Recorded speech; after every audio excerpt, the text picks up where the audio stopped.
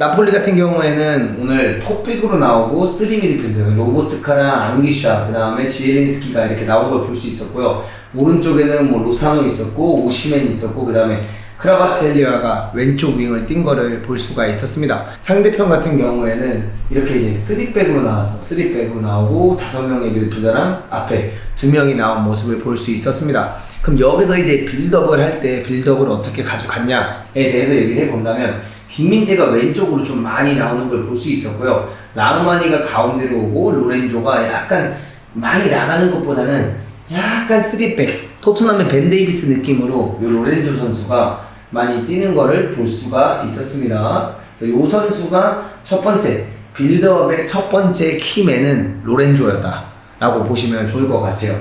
그 다음 부분이 이제 뭐냐, 바로 로보트카. 축신입니다. 축신. 이 로보트카 선수가 중앙 미드필드에서 볼 차는 걸 보면서 내가 느낄 수 있었던 게 뭐냐면 무슨 조르징유야. 근데 조르징유인데 힘 좋고 빠르고 폭발적이야. 그러니까 이거는 나 솔직히 좀 많이 놀랬어 오늘 보면서. 약간 무슨 느낌이었냐면 잭 윌셔 전성기 때 느낌을 본다고 해야 되나? 뭔가 이렇게 자세도 낮고 엉덩이 딱 크고 뛰어다니고 파워풀하고 공 잘 차고, 그래서 이 부분에 있어서 잭 윌셔를 보는 것 같다 라고 느꼈고 진짜 축신이다 라고 좀 느꼈는데요. 여기서 이제 어떤 식으로 빌드업이 됐냐면 루이 선수가 많이 올라가요. 여기서 이제 루이 선수가 이런 식으로 올라가 주면 크라바첼리아 선수가 이 지역에 이렇게 서 있습니다.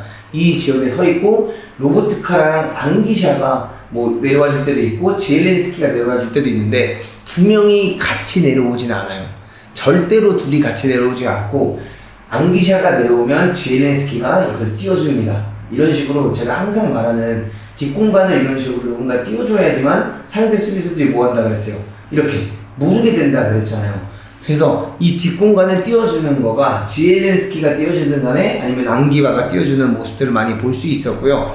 여기서 이제 크라발레치아 선수가 있다고 치면 오시멘이 바로 공을 받으러 내려옵니다. 그래서 라흐마니가 김민재한테 이렇게 볼을 주면 지엘린스키가 이렇게 올라가야 된단 말이에요.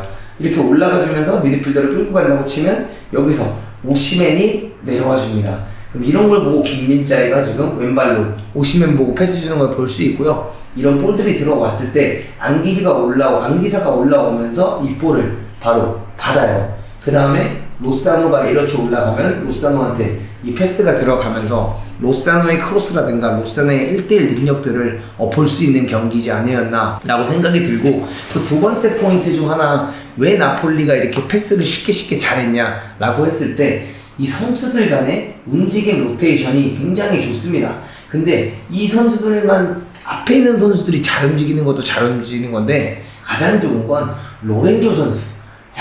이 선수가 굉장히 똑똑해요. 옛날 이탈리아의 다르미안을 보는 듯한 느낌을 좀 많이 받았어요.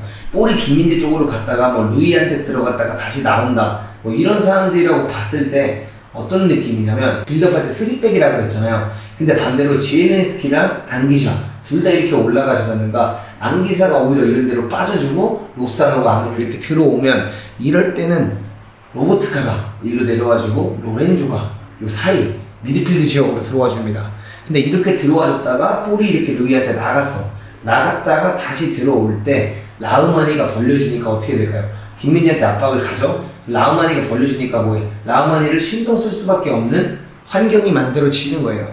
아니면 이렇게 될 때 로렌조가 요 가운데로 끼고 3백으로 내려와요. 이런 식으로 로테이션을 돌리면서 공을 플레이하니까 로렌조가 또 공 받아서 바로 로사노한테 볼로 준다든가 치고 나가거나 혹은 상대가 이렇게 압박을 오게 되면 여기서 이 볼이 로렌조에서 라흐마니한테 들어가고요. 앙기샤한테 끌려 나왔을 때 로사노 튀어나오죠. 그럼 수비수가 어떻게 됩니까? 따라오게 돼 있어요. 진짜 오늘 경기에서 가장 큰 관전 포인트 중 하나가 뭐냐면 이 볼을 이렇게 넣어준다는 거예요. 그러면 로사노가 등지면서 돌면서 돌파하면서 플레이한 이 모습들이 진짜 좋았다. 그래서 전반전은 솔직히 로사노가 찬스들을 굉장히 잘 만든 걸 볼 수 있는데 이런 부분들을 좀 여러분들이 다음 경기 볼 때 로사노의 이런 터닝 플레이, 오픈 플레이를 한번 보시면 더 재미있게 볼 수 있지 않을까 라고 생각을 하고 있고요. 한 가지 더 좋았던 게 있어요. 그럼 뭐가 좋았냐? 나폴리 선수들의 정신력이 굉장히 좋았다 라고 볼 수 있는 것 같아요. 공을 돌리는 것도 돌리는 거고 막 2대1 주고받고 공간에서 받고 발밑으로 받는 게 아니라 항상 스페이스에다가 공을 주면서 주고받는데, 여기서 굉장히 중요한 건 하다가 뺏길 수도 있다는 거야. 근데 그 공을 뺏겼을 때 바로 반응하는 압박 속도, 반응 속도가 난 진짜 너무 좋았다. 그렇게 볼 수 있을 것 같아요. 그래서 나폴리가 오늘 잘할 수 있었던 이유 중 하나는 선수들이 기본적으로 볼을 잘 차고, 뭐 로보트카라든가 라흐만이라든가 로렌조의 그런 움직임이 굉장히 좋았고, 빌드업 할 때는 김민재 선수도 굉장히 관여를 잘했다라고 볼 수 있고요. 그 다음에 두 번째는 볼을 뺏겼을 때 그 반응 속도, 압박 속도가 굉장히 빠르기 때문에 그 흔히 말하는 개겐프레싱, 그 축구가 실현이 되었다라고 여러분들이 보시면 될 것 같습니다. 그러면 여기서 잠깐, 왜 두 골이나 먹혔을까? 나폴리가 왜 위기에 처할 뻔했는가에 대한 분석 포인트는, 김민재 선수라든가 로렌조 선수라든가 뭐 라흐마니가 지금 센터백이라고 치면 이렇게 이제 서 있고, 루이 선수가 폭백에 서 있잖아요. 공격적인 축구를 하다 보니까 로보트카랑 젤렌스키랑 뭐 로사노랑 막 이렇게 오시멘이 있고, 앙디샤까지 좀 높은 위치로 올라가는 모습들을 볼 수가 있어요. 그러다가 볼을 뺏겼을 때 이제 볼이 이쪽, 예를 들어 왼쪽 윙이나 왼쪽 상대방 풀백이 공을 잡았다고 치자고. 근데 여기가 투톱이잖아. 이렇게 투톱인데 로렌조가 만약에 압박을 나갔어. 근데 여기서 만약에 살짝 치고 나가거나 조금 베껴졌다라고 보자고.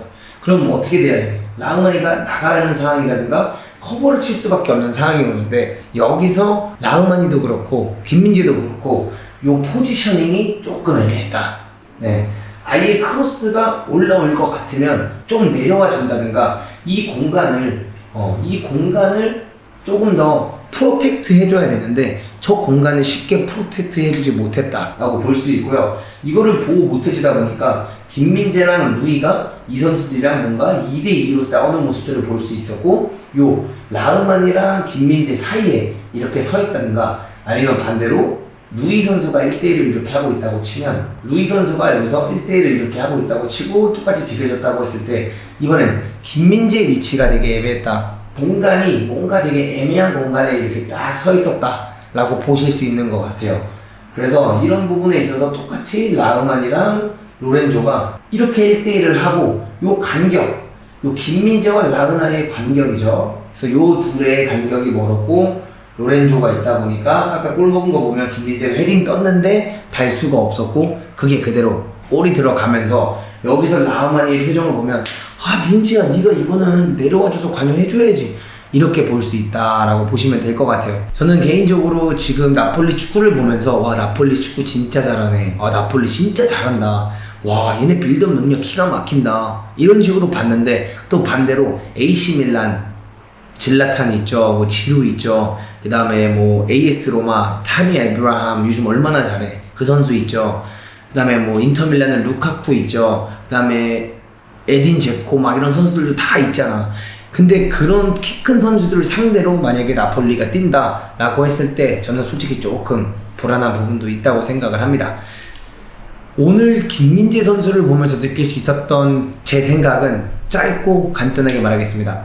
빌드업적인 축구를 할 때는 굉장히 잘했다. 공 가지고 하는 모습은 내가 옛날에 말했던 것처럼 수비형 미드필더를 김민재가 뛰어도 좋지 않을까 라는 생각이 들 정도로 오늘 김민재가 중앙수비수에서 전 잘했다라고 생각을 하고요. 수비적인 부분을 봤을 때는 두 가지가 있어요. 나가면서 내가 물면서 따야 되는 공을 해야 됐을 때는 솔직히 수비를 진짜 잘했어요. 진짜 월드 클래스였어요. 그 부분에 있어서는 나가면서 자르고 그 자른 거 가지고 무언가를 할 때는 진짜 잘했는데, 헤딩 경합이라든가 뭔가 헤딩 경합을 하기 전에 그 앞에 선수가 미리 떴다고 하면 좀 빨리 물러준다든가, 그 선수가 클린하게 공을 따지 못하게 같이 떨어져서 경합을 해줘야 된다든가, 이런 것들이 있어야 되는데, 그 부분에 있어서는 김민재 선수가 조금 아쉽지 않았나 생각을 합니다. 근데 전체적으로 5대2라는 대승을 했어. 근데 그 5대2가 5대0을 만들어 놓고 두 골을 그냥 이렇게 하다가 실점하는 게 아니라 1대0으로 지고 있다가 1대1, 2대1 됐다 다시 2대2가 된 거기 때문에 높은 평점을 줄 수는 없을 것 같고, 제가 생각하는 김민재 선수의 평점은 6.5점에서 6.8점 정도 주면 좋을 것 같다. 그리고 그 아래 이제 필요한 이야기 같은 건 뭐냐면, 데뷔전 치고 뭐 잘했다, 굿 데뷔시라고 할 수 있고, 더 높은 평점을 줄 수는 없는 게, 이런 부분에 있어서 라흐마니 선수와 김민재 선수와 라흐마니 선수의 간격이 오늘 좀 많이 멀지 않았나 라고 저는 솔직히 생각을 합니다. 이 간격이 꽤나 멀었기 때문에 엄청나게 많은 포인트를 줄 수는 없다고 생각을 하고요. 아까 보시면 알겠지만 마지막에 김민재 선수가 요 왼쪽에서 태클해서 뭐 했어?